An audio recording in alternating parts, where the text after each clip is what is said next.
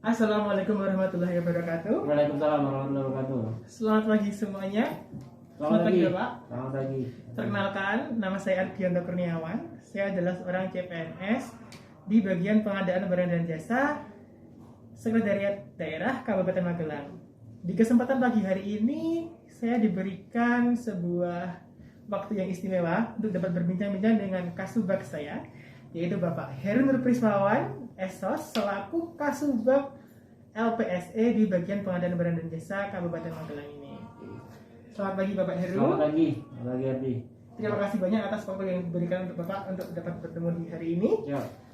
Hari ini Pak, kita akan berbincang-bincang tentang sebuah topik yang bisa dibilang sebagai core value-nya ASN dalam menjalankan segala tugasnya. Di UU nomor 5 tahun 2014 tentang aparatur sipil negara, kita mengetahui bahwa ada 5 nilai dasar ASN yang harus dipedomani oleh ASN itu sendiri, yaitu adalah akuntabilitas, nasionalisme, etika publik, komitmen mutu, dan anti korupsi. Dan kelima nilai tersebut disingkat dengan akronim ANEKA ya Pak ya. Nah, di pagi hari ini saya ingin berbincang-bincang dengan Bapak Heru untuk membicarakan tentang implementasi dan tantangan nilai-nilai dasar ANEKA di lingkungan bagian pengadaan barang dan jasa Sekretariat Daerah Kabupaten Magelang. Pertanyaan pertama nih Pak. Bagaimana sih figur PNS yang profesional di bagian PBJ ini? Terima kasih. Isu yang menarik, ANEKA dan pengadaan barang jasa ini satu hal yang menarik, satu hal yang perlu untuk sikapi secara serius dan hati-hati, tapi jadi tantangan juga. Kemudian pertanyaan pertama tentang figur PNS yang profesional di PBJ ya. Saya bilang kalau yang di dalam konteks kita, dalam konteks pelayanan pengadaan barang jasa, tentu yang pertama yang harus dipedomani profesional dalam hal ini, ketaatan terhadap aturan, itu satu. Kemudian juga komitmen terhadap pelayanan, itu yang kedua. Kalau saya menggarisbawahi profesionalnya di kita itu pada dua itu. Jadi tantangan kita untuk tetap berkomitmen dalam konteks regulasi pengadaan barang jasa dalam setiap proses kita, dan bagaimana implementasi dari regulasi itu bisa memuaskan perangkat daerah atau dalam tanda kutip mensukseskan pelaksanaan pembangunan atau pelaksanaan anggaran di Kabupaten Magelang secara keseluruhan. Dua hal itu yang harus berjalan berurutan dan beriringan, saya bilang seperti itu di kita. Mungkin itu sih. Oke ya Pak ya, jadi diperlukan etika yang baik, Ya jelas, dan sikap yang selalu profesional ya Pak ya. Kemudian terkait dengan nilai-nilai ANEKA tadi itu, bagaimana sih Pak implementasi praktik-praktik nilai dasar ANEKA tadi di bagian pengadaan barang jasa Sekretariat Daerah Kabupaten Magelang ini? Yang pertama bagaimana implementasinya. Saya coba runut dari awal ya. Nanti kalau ada sedikit salahnya bisa dikoreksi juga apa ya. Karena kita sama-sama belajarnya sama. Mungkin yang tadi lebih intens karena latsarnya udah jadi. Sekarang ini 5 prinsip dasar di nilai profesi dasar ASN tadi. Yang pertama di akuntabilitas. Akuntabilitas. Isu pengadaan barang jasa ini kan dalam sorotan banyak pihak, dengan berbagai macam kepentingannya seperti itu. Yang paling sederhana adalah kepentingan para penyedia untuk melihat kepentingan para penyedia maupun masyarakat untuk melihat sebenarnya sejauh mana proses pengadaan barang jasa yang akan dilakukan pada tahun berjalan. Betul sekali. Akuntabilitas tentu sebagai upaya kita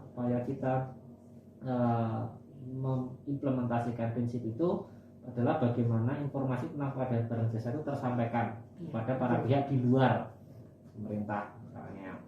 Nah itu poin pertama. Bagaimana menginformasikannya, yaitu dengan cara pengumuman rencana umum pengadaan.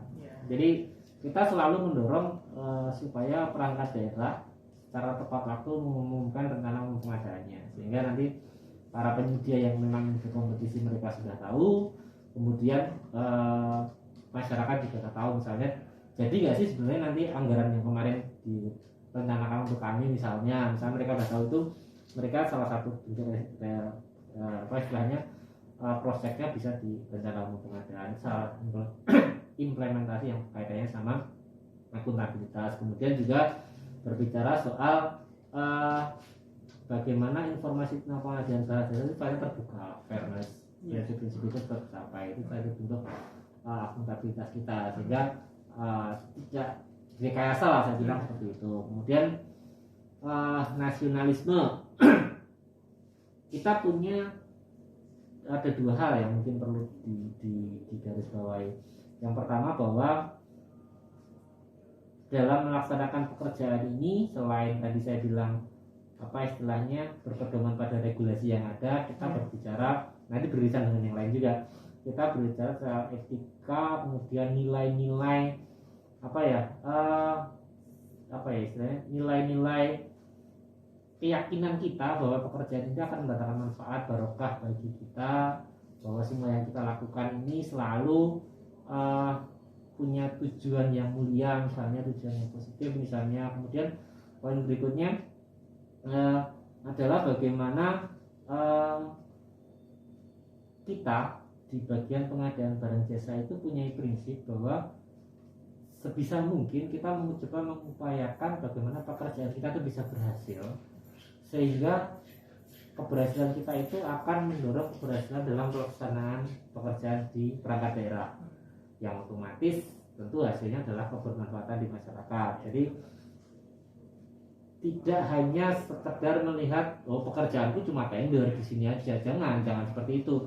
Even kita tender itu adalah bagian dari bagaimana kita mendukung program pembangunan yang endingnya adalah kebermanfaatan bagi masyarakat. Kita harus melihatnya sampai jauh ke sana, itu poin nasionalisme. Kemudian etika, jelas ya, kalau etika publik, kalau di pengadaan barang jasa itu pengadaan barang jasa itu kan, kalau konteks pengadaan konteks pemerintahan itu kan isu yang seksi ya, seksi, banyak disorot, sehingga banyaknya sorotan itu tentu harus membuat kita aware dalam bersikap seperti itu. Dalam bersikap itu harus hati-hati kita berbicara, kita mengambil keputusan itu kita harus berhati-hati seperti itu. Kemudian komitmen mutu, tentu seperti tadi ke konsep nasionalisme yang endingnya juga bermanfaat. Tentu harapan kita juga dalam proses pengadaan kita melakukan screening, melakukan pola-pola istilahnya pengadaan yang endingnya harapannya bisa menghasilkan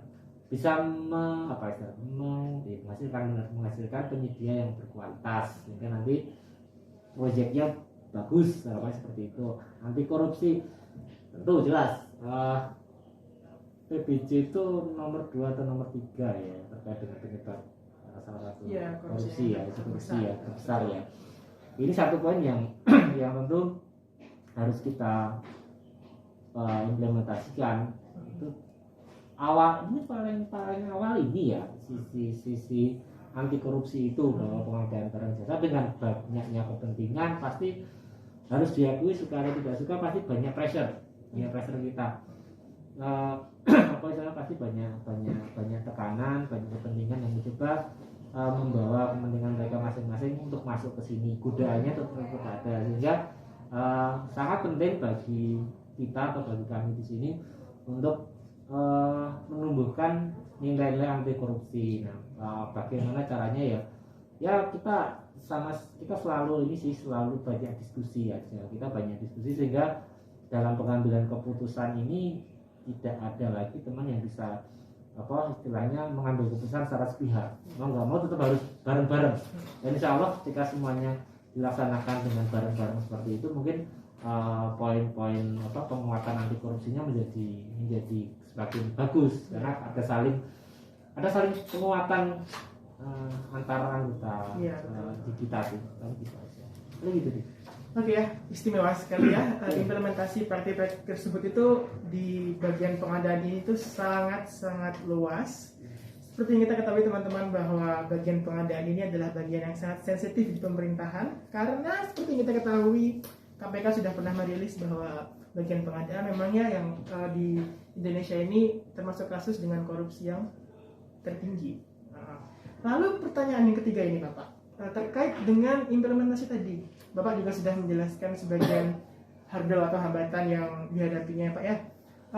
Dari 5 poin tadi ya Pak, hambatan apa saja Pak yang dihadapi oleh ASN di lingkungan kita ini? Mana saja sih hambatan yang paling susah untuk ditaklukkan oleh bagian pengadaan ini? Oke, terkait dengan hambatan yang paling susah ditaklukkan itu mungkin saya akan ke yang etika publik ya. Ya. Karena batas-batas etika itu agak ini ya, tidak begitu jelas ya. Kita pasti kenal secara personal dengan calon penyedia misalnya, karena mungkin apalagi untuk pekerjaan-pekerjaan yang secara rutin dilaksanakan di Kabupaten Magelang, pekerjaan konstruksi misalnya, itu kan pekerjaan yang secara rutin seperti itu. Dan juga pasti banyak teman-teman penyedia yang setiap tahunnya, nah itu kan pasti menimbulkan relasi personal, sekedar buat teman-teman minum kopi di depan sini kan pasti ada relasi seperti itu. Nah, kita adalah itu menjadi tantangan yang cukup pelik. Bagaimana kita bisa memberikan satu gambaran bahwa ini tuh sekedar ngobrol misalnya kan tidak mungkin juga ketika misalnya kita kenal kemudian teman-teman media datang ngobrol di ruang tamu misalnya, kita kan tentu sebagai tuan rumah pasti menyambut seperti itu. Jadi batas-batas itu yang kadang kita tidak tahu. Ketika misalnya kita ketemu di jalan kan pasti kita juga menyapa kemudian itu selalu menyalahi etika publik. Nah itu yang batas-batas itu yang saya pikir tantangannya berat, apalagi di era saat ini, di era dimana ASN itu selalu menjadi sorotan, banyak ruang-ruang media yang ruang-ruang media secara personal, saya bilang ya, Facebook, WA status atau IG status misalnya, itu kan ruang-ruang media yang dimiliki secara personal, sehingga seringkali harapan kita istilahnya setiap komunikasi kita itu bisa menceritakan hal yang positif. Poinnya kan situ, tidak yang negatif. Nah, etika publik ini pasti menjadi tantangan kita. Walaupun memang ada satu penegasan di kita, ketika misalnya kita sedang menangani satu proses tender atau proses pemilihan pengadaan barang jasa yang melibatkan penyedia yang mungkin kita kenal, ya pasti kita batasi di sini. Jadi dan semua proses itu kita laksanakan di sini. Itu yang pasti. Kita tidak ada misalnya proses pembuktian kok di warung misalnya, kita tidak seperti itu. Jadi kita pasti laksanakan di sini. Itu bagian dari upaya kita untuk membatasi menjaga etika publik kita. Ini gitu aja. Ya benar sekali Pak Heru ya, terkait dengan hambatan di etika publik ini, memang di bagian pengadaan ini kita tidak bisa membedakan ya Pak ya, di mata publik ini mana yang ini tuh benar-benar hanya sebatas hubungan yang bisa dibilang hubungan profesional yang benar-benar cuma basic common conversation aja, dengan mana yang bisa dianggap itu sebagai perbuatan yang melawan prinsip-prinsip etika pengadaan itu sendiri. Jadi memang ada baiknya itu memang harus menjaga diri ya Pak ya. Iya jelas sangat menjaga diri. Terkait dengan hambatan tadi ya Pak ya, Bapak sudah menjelaskan bahwa upaya yang ditempuh untuk menghindari perusakan nilai dari etika publik ini adalah dengan melakukan segala kegiatan pengadaan itu di kantor ini ya Pak ya. Apakah ada upaya lain yang dapat ditempuh buat ASN di sini misalnya Pak?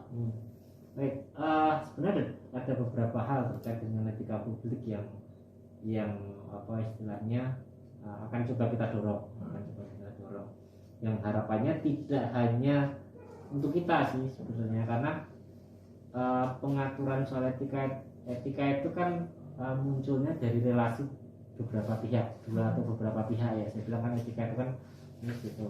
Nah, dari situ kita coba dorong karena ini sesuai amanat dari rencana aksi KPK juga, bahwa di setiap bagian pengadaan barang jasa atau unit kerja pengadaan barang jasa itu kan pasti ada kode etik. Nah, kita sedang mencoba mendorong adanya perbuk kode etik tentang pengadaan barang dan jasa. Yang pertama yang di situ nanti tidak hanya untuk kita, tapi untuk para pelaku bisnis yang lain, misalnya untuk para istilahnya pelaksana pengadaan barang jasa di perangkat daerah lain, misalnya itu nanti akan membikai kita di situ. Harapannya kita pasti akan membikai di situ, dan itu nanti secara bertahap coba akan kita lihat apakah dimungkinkan ketika kita juga bikin istilahnya semacam kayak kampanye yang meningkatkan CSR itu, sehingga nanti bisa tersentuh sampai ke teman-teman penyedia. Nanti inilah saling membantu lah untuk dalam pengadaan barang jasa lebih dari kita secara keseluruhan. Paling itu aja sih. Istimewa ya Pak ya, semoga upaya tersebut dapat segera terrealisasikan ya Pak ya. Amin. Selanjutnya nih Pak, siapa saja sih Pak yang berperan penting dan perlu berperan penting dalam menyukseskan implementasi nilai-nilai dasar ASN ini, terlebih di akuntabilitas dan anti korupsi tadi Pak? Oke, siap. Terkait dengan siapa yang harus terlibat, tentu yang berada di alur kegiatan kita. Kalau dalam konteks pemerintah tentu di struktur birokrasi yang paling rendah, saya bilang paling bawah, kita di fungsional maupun di pelaksana sampai dengan top leader kita, sampai dengan top bupati, tentu dengan porsinya masing-masing punya peranan itu, dengan porsinya masing-masing punya peranan bagaimana mengawal pengadaan barang jasa ini tetap sesuai dengan nilai dasar yang ada di ASN. Masing-masing punya kewenangan sendiri-sendiri. Di alur itu jelas. Kemudian juga di berikutnya ada di eksternal, saya bilang di eksternal dengan saya bilang dia mungkin bagaimana juga kerjasama dengan unit kerja selain. Misal kita kan punya kita kan mau nggak mau, suka tidak suka, kita pasti akan mencoba berkomunikasi secara intens dengan kepolisian, dengan kejaksaan, sehingga bisa membantu kita lah dalam proses pengawasan, sehingga bisa memperkuat membantu kita di pengawasan saat proses pemilihan maupun nanti saat pengendalian kontrak. Jadi kita harus bangun sinergi sih, saya pikir, dengan porsinya masing-masing. Jadi semua punya peran lah, saya pikir. Jadi ini ya Pak ya, jadi siapa saja yang perlu berperan ini ada 3 pihak ya, yaitu ASN di kabupaten ini, kita sendiri. Yang kedua adalah publik, dalam hal ini adalah penyedia yang mempunyai intensi untuk melakukan pengadaan di Kabupaten Magelang, dan yang ketiga adalah APH atau aparat penegak hukum ya Pak ya. Ya, pasti masuk situ nanti. Oke ya Pak ya.